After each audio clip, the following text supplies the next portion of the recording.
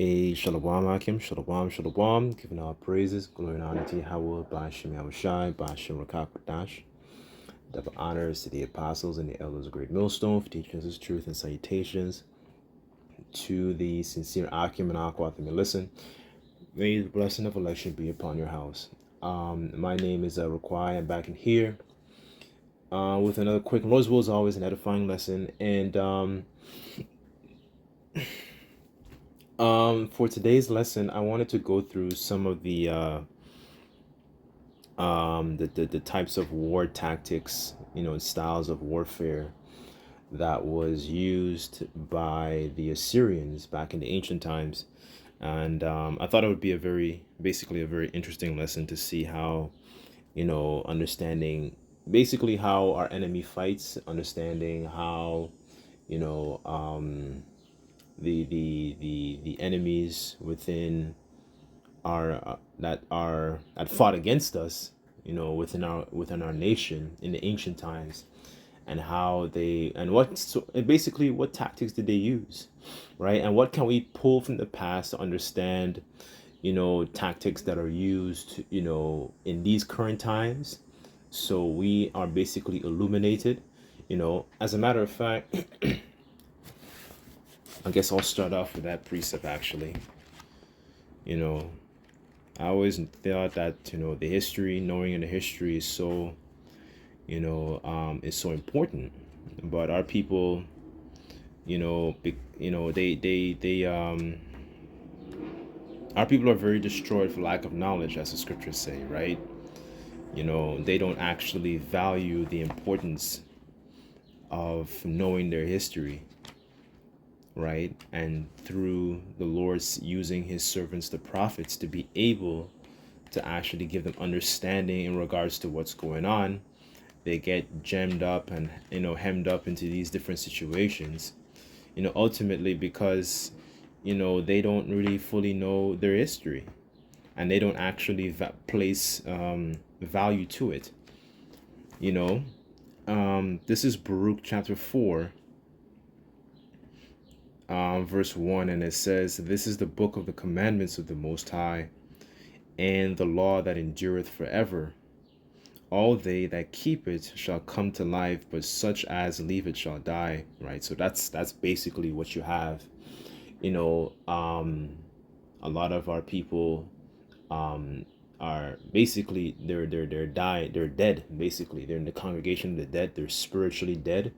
You know what I'm saying? Because they don't have that understanding of who they are, right? And what does that lead to? And then the scriptures say the wages of sin is death, right? So you employ and take on a very sinful lifestyle, and what does that lead to? That leads to your death.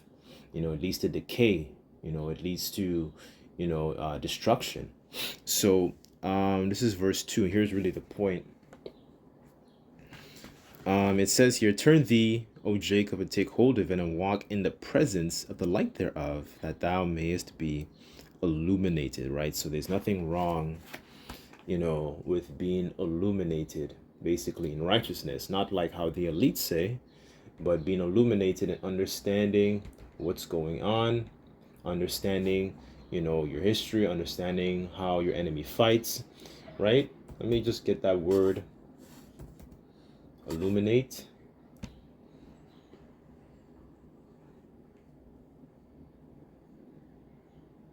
Right, so here it says illuminate, to light up, to give light to shine on, to light up profusely. It says to light up, to make light, to decorate, decorate written material by hand with gold, silver, bright colors. So it says to decorate with many lights, to light up, right? So enlighten, right? Scriptures say, wisdom maketh a man's face to shine, right? So, let me go back here. So, I basically kind of just typed into Grok, war tactics that was used by the Assyrians, in the book of Judith. And it gave me, a good list of, some tactics that they used in the ancient times, right? So I'll just read like maybe there's one I really wanted to touch on, right? But I guess I'll read like two or three of them. And it says here, this was one of them. It says scorched earth policy and punitive conquest. So this is one of the tactics that the Assyrians used within the ancient times, right? So it says here, against resisting nations, they destroy fields, burn towns, slaughter flocks and herds, loot resources, kill the young men, and take captives. It says examples include devastating areas around Damascus during harvest, burning Midianite tents, plundering the coastal regions. It says surrendering people face garrisons, conscription into the Assyrian army, the destruction of local shrines to enforce the worship of Nebuchadnezzar alone, right? So basically, they employed where they actually destroyed, basically everything that was, in their path. They took the resources, they killed the young men, they got captives, and some of those men were basically like prisoners of war, right? Let me see if I can get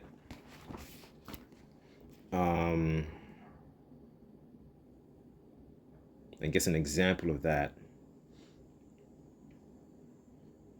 So this is Judith chapter 2 verse 1, and it says, in the 18th year, the 22nd day of the first month, there walked into the house of Nebuchadnezzar the king of the Assyrians, that he should and said and avenge himself of all the earth.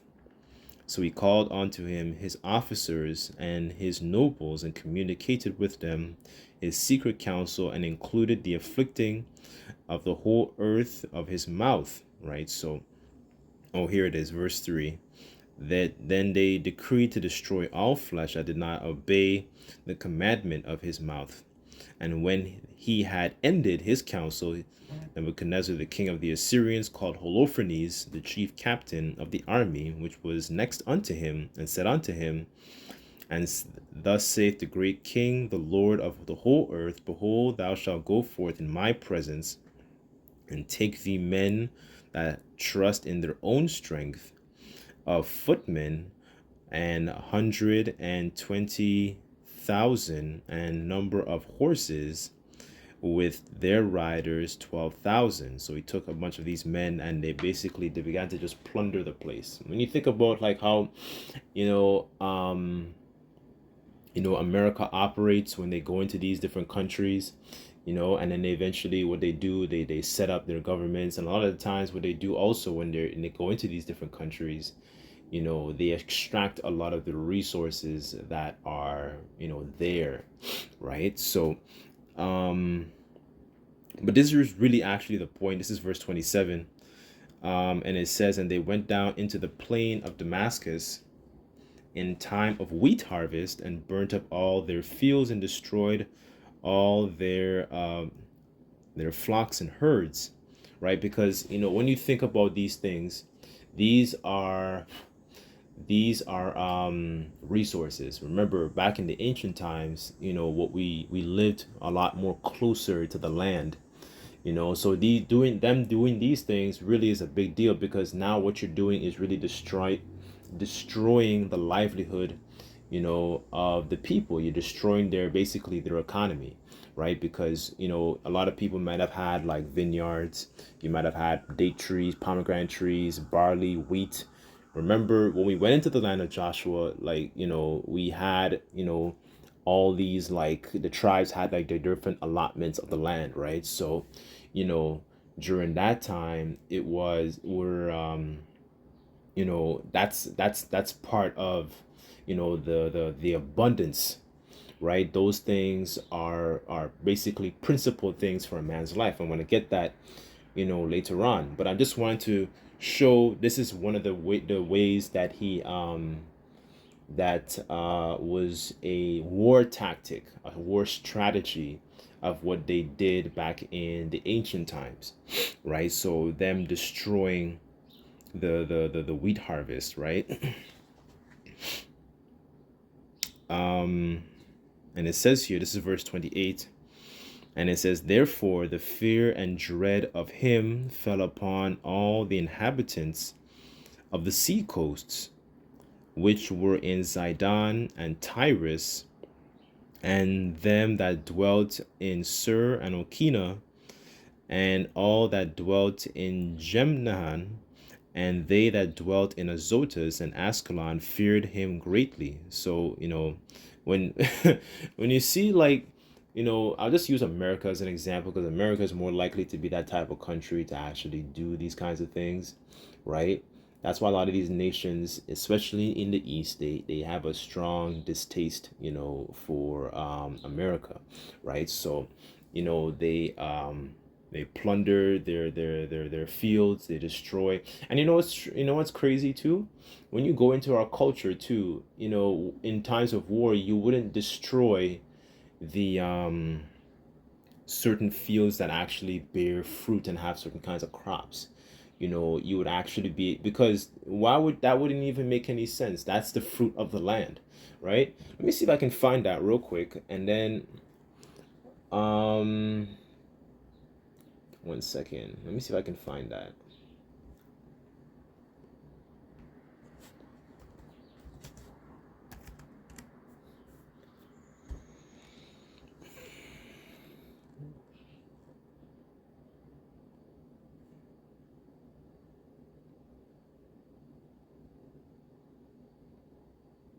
Because, we have laws on warfare, right? Here it says, let me get it in another version actually. Let me get it in the Amplified here, and it says Deuteronomy 20 and 19, and it says in the Amplified, when you besiege a city for a long time and make war against it in order to capture it, you shall not destroy its fruit-bearing trees by swinging an axe against them, for you may eat of them, and you shall not cut them down. For is the tree of the field a man for is the tree of the field a man that it should be besieged, destroyed by you? Right? Because, if you destroy it, then you have no supply and you have no resources for your own self, right? And it says, verse 20, it says, only the trees that are not fruit trees you shall destroy and cut down, so that you may build siege works against the city that is making war with you until it falls, right? So, in those situations, when you think about wheat and barley, when you think about, what else did it mention? 1 second. Well, it primarily just mentioned wheat here. But when you think about those things, like say for example, if it mentioned pomegranate trees, you're not going to destroy those particular trees, because you as the person, that's a resource. You can feed that, and you can use that to feed your men, to feed your soldiers. Yeah, but you see what happens, you know they basically destroyed everything. They destroyed the cattle, you know what I'm saying? They destroyed, and those things are resources, right? So um anyways, moving on. This is 1 second. Okay, so here's another tactic. It says siege warfare and control of water supplies. This is a key tactic against Bethulia. It says, rather than risk direct assault on a mountain city of Bethulia, whose defendants rely on the ground, Holofernes follows the advice of Edomite Moabite allies. Excuse me. So the Recoin the approaches, seizes the springs of water sources outside the city, posts guards and blockades to the town. It says the Assyrian army encamped in the valley surrounding Bethulia for 34 days. It says this caused severe thirst, rationing, collapsing of civilians, pressure to surrender, a classic way to starve out of a fortified hill position without heavy losses, right? So they didn't have to basically send in a lot of people to he didn't. So when you compare the tactics in regards to like what he did before, basically destroying neighboring cities, by sending a lot of soldiers, sending a lot of footmen to do so, he didn't do that this time. So this time he held back, and he only stationed like a smaller amount. He consulted with some of the advice of like some of the other nations when it comes to taking down the Israelites, right? And then he basically employed like what you might call it like garrisons, right? So they were soldiers stationed in certain parts, you know, to be able to prevent our people from accessing the resources, which is very interesting too, you know. And when you think about it, as a matter of fact, let me actually get this. Um,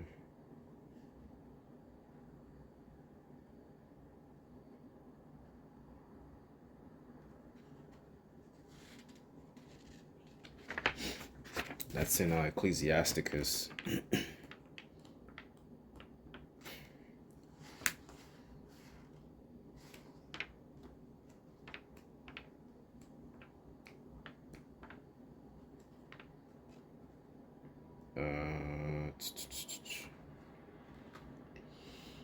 This is Ecclesiasticus 39 and 26.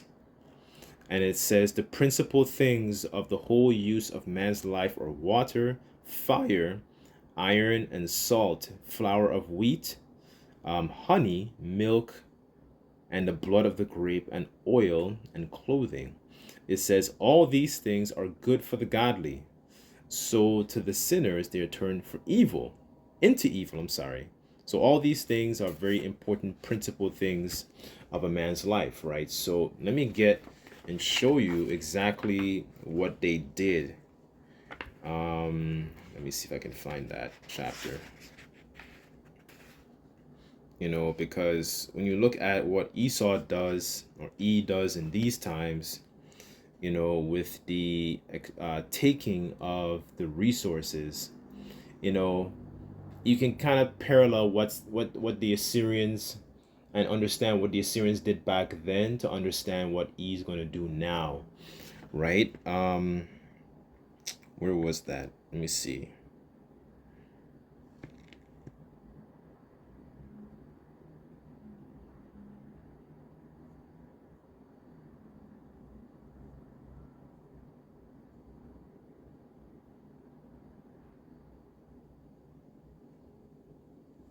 Okay, so this is Judith chapter 7, verse 1. And it says, the next day, Holofernes, so remember Holofernes was the captain, it says, commanded all his Assyrian army and his people, which were come to take his part, that they should remove their camp against Bethulia, to take aforehand ascendance of the hill country, to make war against the children of Israel. Then their strong men removed their camps in that day, and the army of the men of war with 170,000 footmen and 12,000 footmen, beside baggage of other men who were afoot, among them very a great multitude. All right. Okay, so he actually took a lot of men and surrounded the men to encamp around this valley, basically, right? So, just to clarify what I said.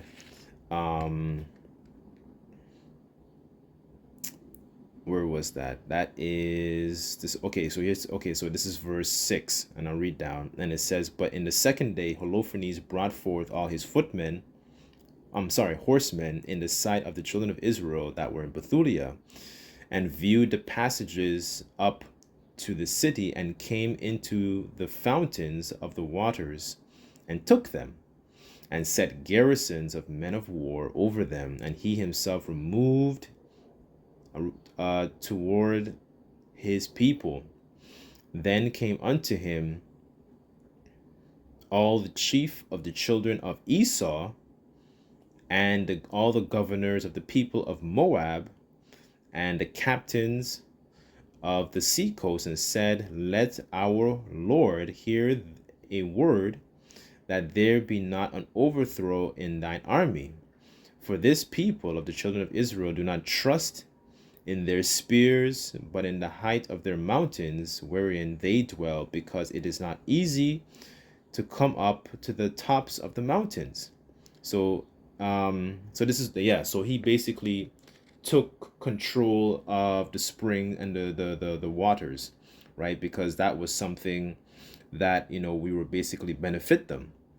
So here is basically what they're saying. So it says, verse 13, and it says, For all the inhabitants of Bethulia that have water thence, so shall thirst kill them. Right? So that's it. That's really the objective here, is to basically set up people within places that have a lots of natural resources, and then use the resources to starve out the people, right? And it says, so shall they give up their city, and we, our people, shall go up to the top of the mountains that near will camp upon them to watch that none go out of the city. Right? So they're trying to like starve them out, and then, make sure that, okay, they don't actually utilize the natural resources that that we were using. And it says, so they and their wives and their children shall be consumed with fire, and before the sword come against them, they shall be overthrown in the streets where they dwell. Thus shall they render an evil reward, because they rebelled and did not meet thy person peaceably. And these words pleased Holofernes and all his servants, and he appointed to do as they had spoken. So the camp of the children of Ammon departed with them 5,000 Assyrians, and they pitched in the valley and took waters and the fountains of the waters of the children of Israel. Right. So basically, they, yeah, like I mentioned, they seize those resources, right? So that their mindset is to starve out the people. So because, well, in the previous chapters, he did a lot of research in regards to the Israelites as a people, as showing you that these other nations are very, very well studied. They study a lot, especially Esau, especially He studies. He's he's the type of person to search things out. He's the type of person to, go and excavate, and try and dig up the records. Go. He's a very diligent, individual when it comes to finding out the history. He just doesn't have that spiritual connection to the Heavenly Father, like unlike as opposed to our people. you know he's a very carnal person, so you will just go and actually find the physical tangible evidence, right? So that's why I wanted to read that precept in the beginning, because it shows you the mentality of how these heathens operate. Their mindset is not for you. Their mindset is to try and get rid of you, right? That's what their mindset was. Because if they really cared about you Israelites, you so-called Negroes, Latinos, Native Americans, and you speckled bird Israelites, if they really truly cared about you, why are they thinking about trying to starve you out and get rid of your wives and your children? They don't care about you. They don't care about you. They don't care about your elderly. More and more time again, like the scriptures, clearly tell you to never trust thine enemy. But on and who is um how does it go? Who shall pity a charmer who is bitten by a serpent? Our people have essentially forgotten. They've lost that mentality because they've been in Babylon for so long. They've lost that mentality of basically warfare, understanding their identity and understanding who they are as a people. And that lack of knowledge, fanning their hand and the Lord's prophets, that's going to cost them their lives. Because you did not pay attention to the Lord's prophets, you're going to lose your life, and get yourselves into situations where you get hemmed up by the enemy. The enemies, our enemies, that's Psalms 83. The Lord gave us a whole list of enemies who we have. Their mentality is not to actually make you prosper. They're trying to take you down. So I just thought that was very interesting, to basically read. And then with the whole rise in AI data centers and all this kind of stuff,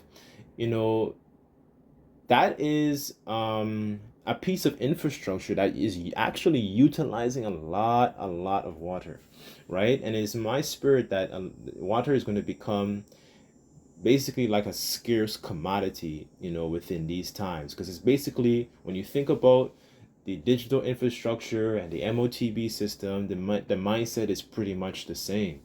In this time, it was just about, it was about water, right? But with the digital MOTB system, it's more about, okay, he would have all the resources. In this time, the Assyrians, they were just controlling the water, right? But the MOTB system is being able to control you as a whole, control everything, right? So this is why understanding the way the enemy fights in the ancient times, the things that they did, the tactics they employed, and even understanding, what our people did. Because like even Judith, she had prayed, for the Lord to smite, the enemies, right? Let me get that. I'll end off with that actually. Let me because we're in a situation where we need, where we need protection, divine protection, right? So this is Sirach 25, verse 7, and it says, "There be 9 things which I have judged in my heart to be happy, and the 10th will I utter with my tongue. A man that hath joy over his children, and he that liveth to see the fall of his enemy," right? So, we need the Lord to basically intervene, for us to take these people down, right? Because we're basically sheep in the midst of wolves, we're worms, right? So we need ultimately a savior to protect us, right? So I just thought I would just read that.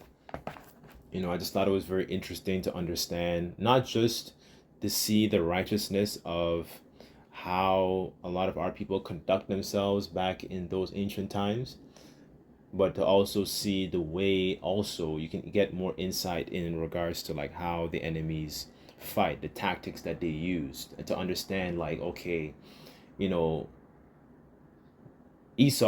E's going to use some of those tactics in these times. They might employ a lot of those different tactics in these times, right? So, anyways, I'll leave the lesson there, but Lord's will, this lesson was edifying. Just like to give all praises, glory, and honor to Yahweh Ba'ashem Yahushai. Until next time, I say Shalom.